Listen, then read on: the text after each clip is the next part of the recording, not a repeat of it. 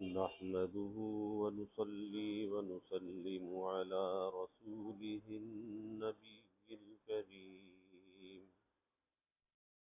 وعلى آله وأصحابه أجمعين. اللهم صل على سيدنا ومولانا محمد وعلى آل سيدنا ومولانا محمد وبارك وسلم صلاة وسلاما كثيرا كثيرا. توفیق الہی اپنے مرشد پاک کی برکت سے حکیم الامت مجدد الملت حضرت تھانوی رحمۃ اللہ علیہ کے مواعظ کا سلسلہ چل رہا ہے. مراقبۃ الارض کے نام سے حضرت کا یہ واعظ چل رہا ہے، جس میں انسان کی 3 حالتوں کو بیان کیا جو آیات تلاوت کی. منہا خلقناکم وفیہا نعیدکم ومنہا نخرجکم تارۃ اخری. اسی زمین سے اللہ نے پیدا کیا، اسی زمین میں دوبارہ جانا ہے اور اسی سے اللہ سے دوبارہ نکالے گا. تو فرماتے ہیں کہ اس کی پہلی حالت جو ابتدا کی حالت ہے، دوسری حالت معاد کی حالت ہے، اور تیسری حالت جو ہے وہ معاد اول کے بعد والی حالت ہے، یعنی قیامت کا جو زمانہ ہے. تو اس پر یہ بات چل رہی تھی کہ انسان جو ہے عناصر اربع سے اس کو بنایا، اور مادہ منویہ میں ان عناصر اربع کو جمع کر کے ماں کے رحم میں اس کو اللہ نے پرورش کیا. لیکن جب زمین کے اندر اللہ تعالیٰ اس کو زندگی گزار کر جب یہ جائے گا تو پھر وہاں پر تو ان تمام اجزاء کو حکم ہوگا، وہ اجزاء جمع ہوں گے، انسان بن کر کھڑا ہو جائے گا. تو اس پر یہ بات چل رہی تھی کہ فرعون کا جو واقعہ آیا کہ فرعون دہریہ تھا اور وہ اللہ تعالیٰ کے وجود کا ہی قائل تھا. وہ کہتا تھا کہ جو جس کی تربیت کرنے والا ہے، پرورش کرنے والا ہے، وہی اس کا رب ہے. ماں باپ جو ہے اولاد کی پرورش کرتے ہیں، تربیت کرتے ہیں، تو وہ ان کے رب ہیں. اسی طرح سے حکومت اپنی رعایا کی تربیت کرتی ہے، بادشاہ، تو بادشاہ ان کا رب ہے. اور میں انا ربکم الاعلی، میں یعنی سب سے بڑا رب ہوں، اعلیٰ. تو اس پر یہ بات چل رہی تھی کہ موسیٰ علیہ السلام سے جب اس کا مکالمہ ہوا تو اس نے اللہ تعالیٰ کی کنہ کے متعلق سوال کیا، لیکن موسیٰ علیہ السلام نے جواب اللہ کی کنہ کے متعلق نہیں دیا. موسیٰ علیہ السلام نے کہا رب السماوات والارض وما بینہما ان کنتم موقنین، کہ خدا وہ ہے جو آسمان اور زمین کا اور جو کچھ ان کے درمیان ہے سب کا تربیت کرنے والا ہے. اب یہ جواب اس کو سمجھ میں نہیں آیا تو لوگوں سے کہتا ہے کہ میں نے سوال کیا کیا ہے اور یہ جواب کیا دے رہے ہیں. پھر اس کے بعد میں تمسخر اڑا کر اس نے کہا قال لمن حولہ الا تستمعون، کہ آپ پاس والوں سے کہنے لگا کہ تم سنتے بھی ہو. کیا جواب دیا؟ یعنی میں تو کنہ پوچھ رہا ہوں اور یہ وجہ بیان کر رہے ہیں. موسیٰ علیہ السلام نے اس پر بھی کنہ کو بیان نہیں کیا، بلکہ ایک وجہ اور بیان کر دی. قال ربکم ورب آبائکم الاولین، فرمایا کہ خدا وہ ہے جو تمہارا رب ہے اور تمہارے گزشتہ باپ دادوں کا بھی رب ہے. اب اس پر اور جھلا گیا اور کہنے لگا ان رسولکم الذی ارسل الیکم لمجنون، کہ اے لوگو تمہاری طرف جو رسول بھیجا گیا ہے وہ تو دیوانہ ہے. یعنی میں سوال کچھ کر رہا ہوں، یہ جواب کچھ دے رہے ہیں، کہ میرا سوال کچھ ہے اور اس کا جواب جو ہے وہ کچھ اور آتا ہے. تو پھر اس پر یہ بات چل رہی تھی کہ اللہ تعالیٰ کی جو کنہ ہے اس کو تو انسان سمجھ نہیں سکتا. آگے فرمایا کہ جو موسیٰ علیہ السلام نے جواب دیا، اب اس پر بھی فرعون لاجواب ہوا، لیکن مرغی کی وہی ایک ٹانگ ہانکتا رہا کہ تو یہ جواب بالکنا نہ ہوا. تو موسیٰ علیہ السلام نے تیسری وجہ اور بیان فرمائی. قال رب المشرق والمغرب وما بینہما ان کنتم تعقلون، فرمایا کہ تربیت کرنے والا ہر مشرق کی اور مغرب کی اور جو کچھ ان کے درمیان ہے، اس کی بھی اگر تم کو عقل ہو تو اسی سے سمجھ لو، کیونکہ یقیناً طلوع شمس و غروب شمس پر اور تبدل و تغیر مواسم و فصول پر کسی انسان کی قدرت نہیں، کہ دن آتا ہے، رات آتی ہے، سورج طلوع ہوتا ہے، سورج غروب ہوتا ہے، پھر موسم بدلتے ہیں. پھر الگ الگ فصلیں ہر زمانے کے اندر آتی ہیں، تو اس پر تو کسی انسان کی قدرت نہیں۔ انسان تو چاہتا ہے کہ 12 مہینے ایسی حالت رہے، نہ گرمی زیادہ ہو نہ سردی، اور بہت دفعہ جب کوئی کام پورا نہیں ہوتا تو چاہا کرتا ہے کہ ابھی رات نہ آئے تو اچھا ہے، یعنی میرا کام پورا ہو جائے، مگر ان باتوں میں اس کے اختیار کو کوئی دخل نہیں۔ تو معلوم ہوا کہ ان کا کوئی رب ضرور ہے، اور وہی رب العالمین ہے، وہی رب العالمین ہے۔ غرض موسیٰ علیہ السلام دبے نہیں، کیونکہ صاحب حق دبا نہیں کرتا۔ ان پر علم کا روب تو کیا ہوتا، سلطنت کا روب بھی نہ ہوا۔ صاحب حق اظہار حق میں کسی سے مرعوب نہیں ہوا کرتا، اس لیے آپ نے اسی جواب بالوجہ کو مختلف پہلوؤں سے اعادہ کیا، اور ہر دفعہ ایسی چبھتی ہوئی بات کہی جس کا فرعون کے پاس کوئی جواب نہ تھا۔ یہاں سے معلوم ہوا کہ صاحب حق کو کسی مخاطب سے مرعوب ہو کر اپنا طرز نہ بدلنا چاہیے، بلکہ حق بات ہی کو بار بار کہنا چاہیے۔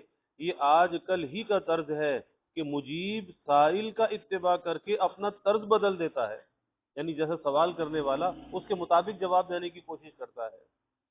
موسیٰ علیہ السلام نے ایسا نہیں کیا، بلکہ اخیر تک اپنی بات پر جمے رہے کہ جتنی دفعہ بولو گے جواب وجہ ہی سے ملے گا۔ فرماتے ہیں چو حجت نمانت جفا جوئے را بپرخاش درہم کشد روئے را، کہ جب ظالم کو ظلم کرنے کے لیے کوئی وجہ معقول نہیں ملتی تو عداوت سے چہرہ ہی بغض والا بنا لیتا ہے۔ اب کوئی جواز نہیں ملتا، اب چہرے پہ ناگواری، غصہ، بغض یہ چہرے پہ ظاہر ہونے لگتا ہے۔ جب کوئی بات نہ چلی، اب اس نے قوت سلطنت سے کام نکالنا چاہا۔ قال لئن اتخذت الہا غیری لاجعلنک من المسجونین، کہنے لگا کہ بس بس زیادہ نہ بولو، اگر میرے سوا کسی کو خدا بتاؤ گے تو تم کو میں جیل میں ڈال دوں گا، جیل میں بھیج دوں گا۔ موسیٰ علیہ السلام یہاں بھی نہیں دبے۔ قال اولو جئتک بشیء مبین، فرمایا کہ اگر میں کوئی صریح دلیل پیش کر دوں جس سے رب العالمین کی قدرت اور میری رسالت کی حقانیت اعلانیہ ظاہر ہو جائے، تب بھی تو نہ مانے گا، یعنی کوئی ایسا معجزہ دکھا دوں تو کیا تب بھی تو نہ مانے گا، اور خام خواہی اپنی بات پر اڑا رہے گا۔ اس کے بعد اس نے معجزات ظاہر کرنے کا مطالبہ کیا، اچھا دکھاؤ اپنا معجزہ۔ آپ نے معجزات دکھلائے، عصا کو زمین پر ڈال دیا اور وہ نمایاں اژدہا بن گیا، جس کو دیکھ کر فرعون ڈر کر بھاگنے لگا۔ اژدہا جب دیکھا تو ڈر کر بھاگنے لگا اور ساری خدائی ڈھیلی ہو گئی۔ غرض فرعون کی ان تمام باتوں سے معلوم ہوتا ہے کہ وہ دہری تھا، خدا کو مانتا ہی نہ تھا۔ اسی طرح نمرود بھی منکر صانع تھا کہ اس کو دنیا کو کوئی بنانے والا نہیں ہے، بس خود بخود بن گئی۔ اس نے ابراہیم علیہ السلام سے مناظرہ کیا تھا کہ تم جو خدا کی ہستی کے مدعی ہو بتلاؤ خدا کیسا ہے۔ اب یہ سوال کیا کہ خدا کیسا ہے؟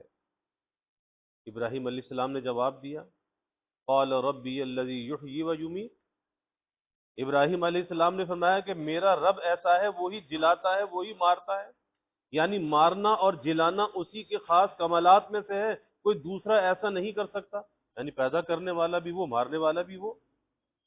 اور عالم میں ان دونوں فعلوں کا وقوع مشاہد ہے، لوگ دنیا میں آتے بھی ہیں دنیا سے جاتے بھی ہیں، بس خدا کا وجود بھی ضروریت تسلیم ہے۔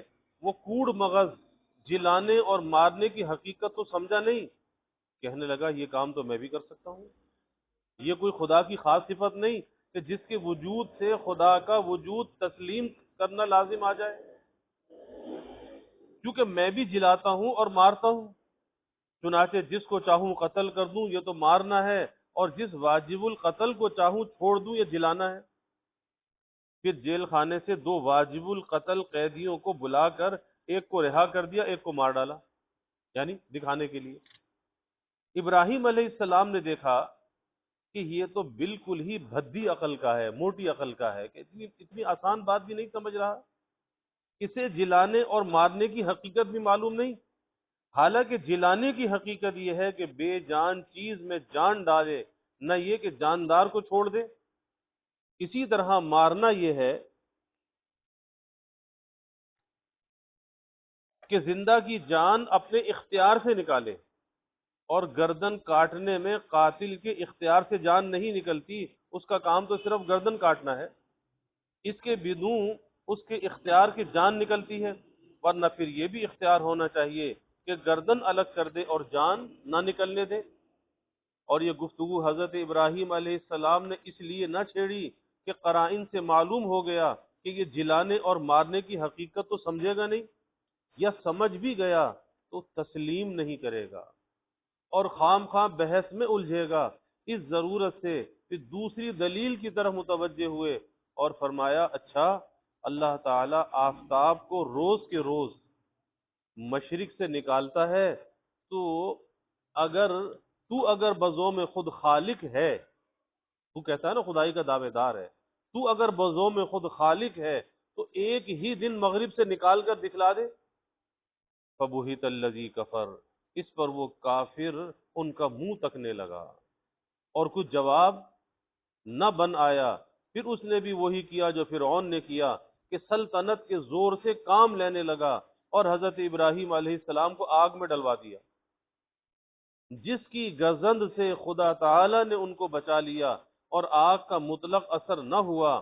اس جگہ دو سوال وارد ہوتے ہیں، ایک یہ کہ نمرود کو یہ کہنے کی تو گنجائش تھی کہ اگر خدا موجود ہے تو وہی سورج کو مغرب سے نکال دے، پھر اس نے یہ کیوں نہ کہا؟ جواب اس کا یہ ہے کہ اس کے قلب میں حضرت ابراہیم علیہ السلام کی تقریر سے بلا اختیار یہ بات پڑ گئی کہ خدا ضرور ہے، اور یہ مشرق سے نکالنا اسی کا فعل ہے، اور وہ مغرب سے بھی نکال سکتا ہے، اگر وہ چاہے تو سورج کو مغرب سے نکال دے۔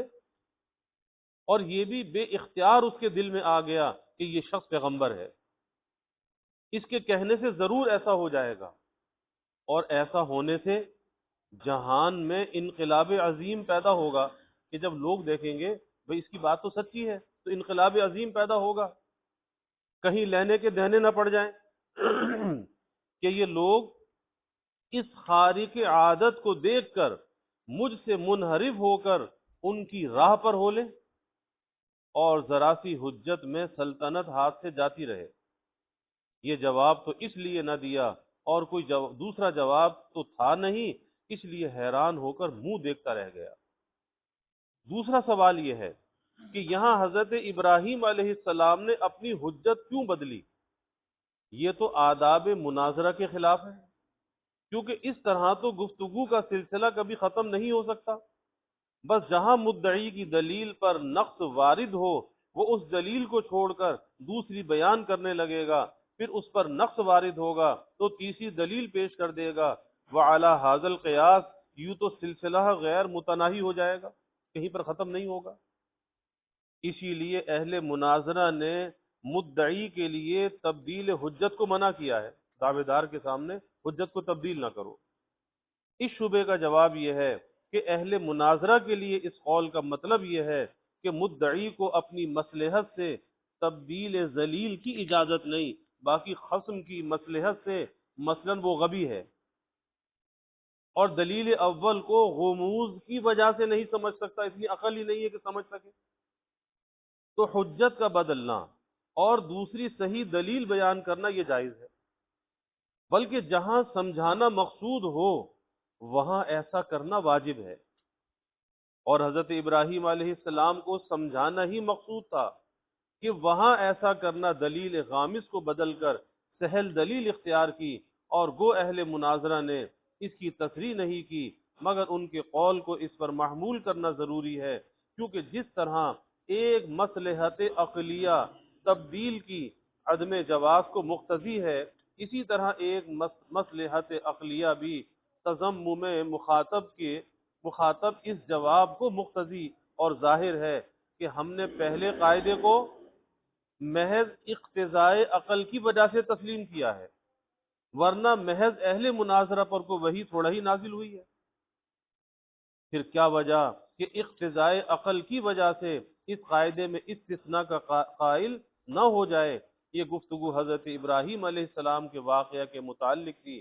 اب میں یہاں سے ایک فائدہ جدیدہ پر متنبہ کرتا ہوں جو طلباء کے کام کی بات ہے، وہ یہ کہ ابھی قریب زمانے میں حیدرآباد سے ایک عالم جو میرے دوست بھی ہیں، مجھے ایک خط میں لکھا تھا کہ میں ایک رسالے میں یہ مضمون لکھنا چاہتا ہوں کہ وجود ثانے کا اعتقاد فطری ہے، اور اس کی دلیل یہ ہے کہ رسول اللہ صلی اللہ علیہ وسلم نے توحید پر دلائل قائم کیے ہیں، مگر اس بات وجود ثانے پر براہین و دلائل نہیں قائم کیے، جیسا کہ قرآن کے مضامین سے واضح ہے کہ جن میں حضور صلی اللہ علیہ وسلم کو دلائل توحید کی تعلیم کی گئی ہے کہ ان میں اس بات ثانے پر کوئی دلیل نہیں ہے۔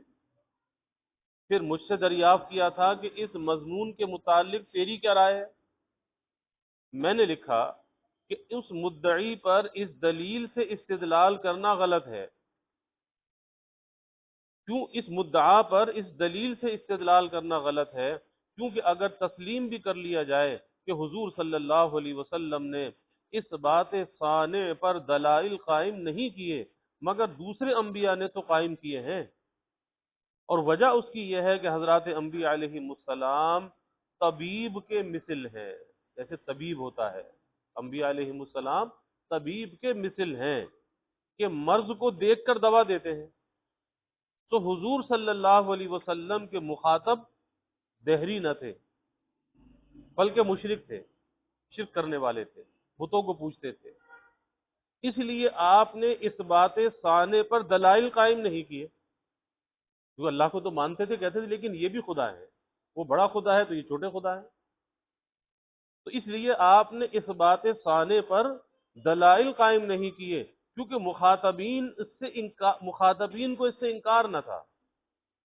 ہاں، توحید سے منکر تھے، اللہ کے ساتھ شریک کرتے تھے، تو آپ نے اس پر دلائل قائم کیے، اور دیگر انبیاء کو بعض دہریوں سے بھی سابقہ پڑا، اس لیے انہوں نے توحید کے ساتھ اس بات ثانے پر بھی دلائل قائم کیے۔ بس وہ یہ مسئلہ فی نفسی ہی صحیح ہے کہ وجود ثانے کا اعتقاد فطری ہے، مگر اس پر حضور صلی اللہ علیہ وسلم کے عدم استدلال سے استدلال کرنا صحیح نہیں، کیونکہ اس پر خصم یعنی مخالف یہ کہہ سکتا ہے کہ حضور صلی اللہ علیہ وسلم کو اس کی ضرورت نہیں پڑی، اگر ضرورت پڑتی تو آپ اس پر بھی دلائل قائم کرتے جیسا کہ اور انبیاء نے قائم کیے۔ مثلا حضرت ابراہیم علیہ السلام نے نمرود کے مقابلے میں، حضرت موسیٰ علیہ السلام نے فرعون کے مقابلے میں اس بات ثانے پر ادلہ قائم کیے، جیسا کہ اوپر تفصیل کے ساتھ میں نے ابھی بیان کیا، اور گو اس میں یہ احتمال بھی ہے کہ بطور دلیل علی الظنی کے ہوں، اور استدلال کے لیے احتمال بھی قادح ہے۔ اس لیے میں نے لکھا کہ اس مضمون کو رسالے میں تو آپ شائع نہ کریں، گو اپنے خیال میں صحیح سمجھتے رہیں لیکن شائع نہ کریں۔ اس لیے میں نے یہ تنبیہ کر دی گئی کہ شاید کسی کو دیگر انبیاء کے دلائل میں جو قرآن کے اندر مذکور ہیں اس بات ثانے پر دلیل دیکھ کر، اور حضور صلی اللہ علیہ وسلم کے دلائل میں نہ دیکھ کر یہ شبہ ہو کہ اگر اس بات ثانے پر دلیل قائم کرنا ضروری تھا تو حضور صلی اللہ علیہ وسلم نے کیوں قائم نہیں کی، اور غیر ضروری تھا تو دوسرے انبیاء نے کیوں قائم کی۔ پھر وہ ایک دوسرے کی ترجیح اور مزیت ثابت کرتا، اس لیے یہ بتلا دیا گیا کہ یہ اختلاف دلائل مخاطبین کے اختلاف پر مبنی ہے، بس اب کچھ شبہ نہ رہا۔ غرض انسان کی غفلت اس حد تک پہنچی ہوئی ہے کہ بعض منکر ثانے بھی تھے۔ اس پر مجھے ایک لطیفہ یاد آیا کہ ایک بزرگ جو صاحب ادلال تھے، اور ادلال کے معنی ناز کے ہیں کہ بعضے ہوتے ہیں جنہیں مقام ناز حاصل ہوتا ہے، تو یہ بھی ایک مقام ہے ولایت کا جو بعض اہل اللہ کو نصیب ہوتا ہے کہ وہ صاحب ادلال ہوتے ہیں، یعنی بطور ناز کے حق تعالی سے ایسی باتیں عرض کر دیتے ہیں جو دوسرا نہیں کر سکتا۔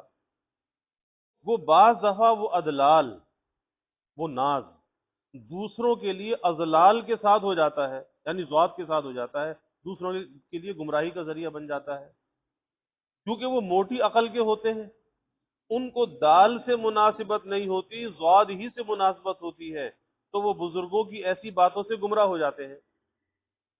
خیر، ایک ایسے ہی بزرگ نے حق تعالی سے سوال کیا کہ اس کی کیا وجہ ہے کہ منصور نے بھی انا الحق کہا تھا اور فرعون نے بھی انا الحق کہا تھا، کیونکہ انا ربکم الاعلی کا وہی حاصل ہے جو انا الحق کا ہے۔ منصور نے انا الحق کہا، اس نے کہا انا ربکم الاعلی،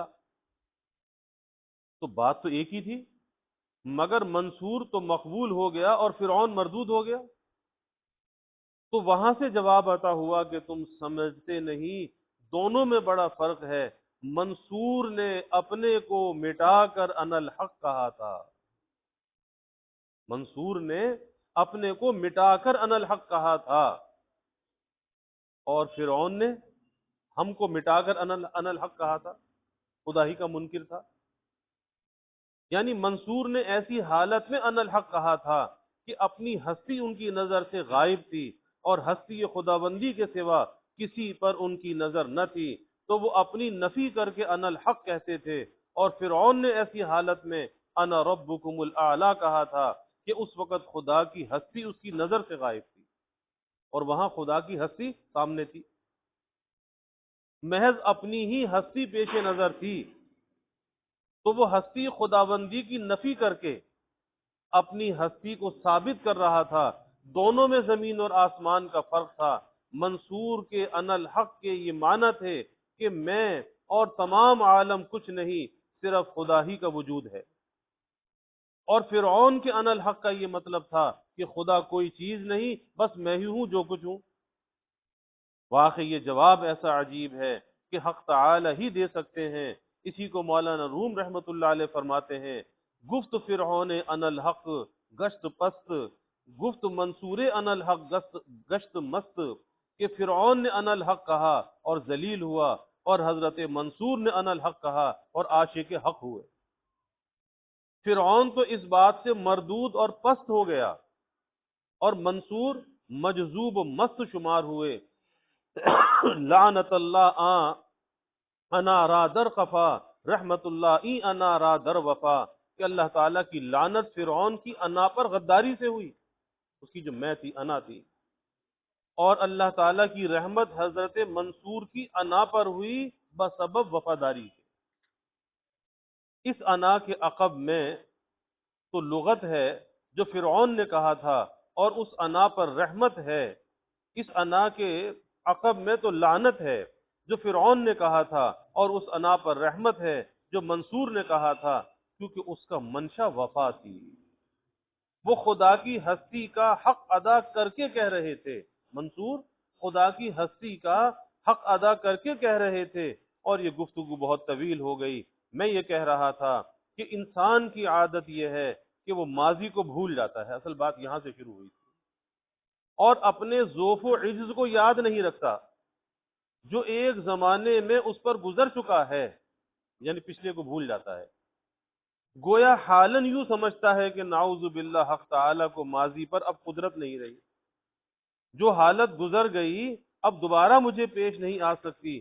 چنانچہ ایک مقام پر حق تعالیٰ نے انسان کی اسی عادت پر کہ وہ ماضی کو بھول جاتا ہے متنبع فرمایا ہے، ارشاد ہوتا ہے، ربکم الذی یجزی لکم الفلک فی البحر لتبتغوا من فضلہ انہ کان بکم رحیما، کہ تمہارا رب ایسا منعم ہے کہ تمہارے فائدے کے لیے کشتی کو دریا میں لے چلتا ہے تاکہ تم اس کے رزق کو تلاش کرو، بے شک وہ تمہارے حال پر بہت مہربان ہے۔ واقعی دریا میں جہازوں اور کشتیوں کا چلنا بڑی رحمت ہے، اس سے سفر میں کتنی آسانی ہوگی، ورنہ بس ہندوستان والے تو حج سے محروم ہی رہتے۔ تو یہ دینی ضرر تھا،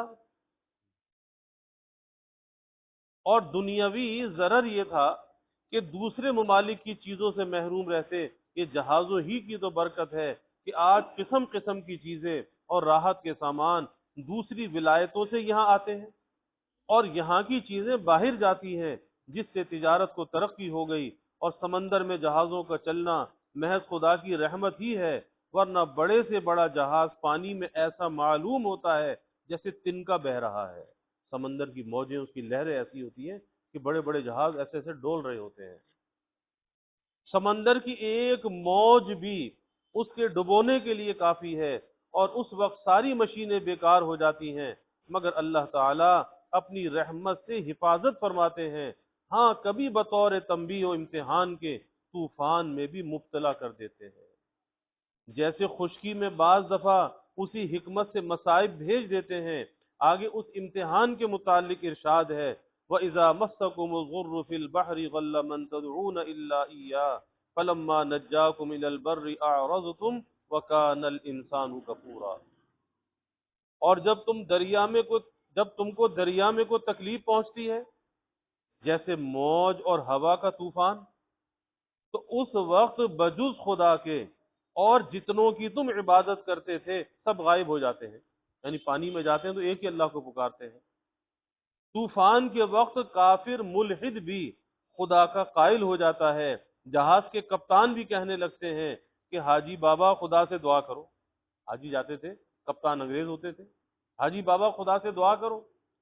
واقعی خدا کا وجود ایسا فطری ہے کہ طوفان کے وقت اضطراری طور پر ملحد کو بھی اس کا قائل ہونا پڑتا ہے، اور کافر مشرک موحد ہو جاتا ہے۔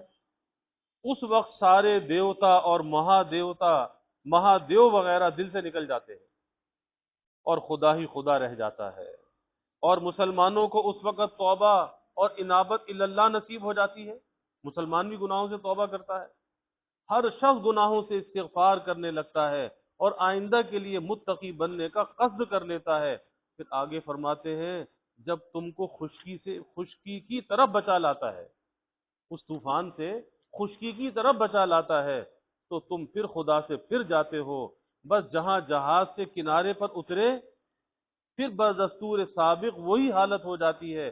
مشرک شرک میں مبتلا ہو جاتا ہے، اور ملحد خدا کا منکر ہو جاتا ہے، اور مسلمان گناہوں کا ارتکاب کرنے لگتا ہے۔ حق تعالی اسی کی شکایت فرماتے ہیں، وَكَانَ الْإِنسَانُ كَفُورًا، کہ واقعی انسان ہے بڑا ناشکرا، کہ ایسی جلدی منعم کا انعام اور اپنا عجز و نیاز سب بھول جاتا ہے۔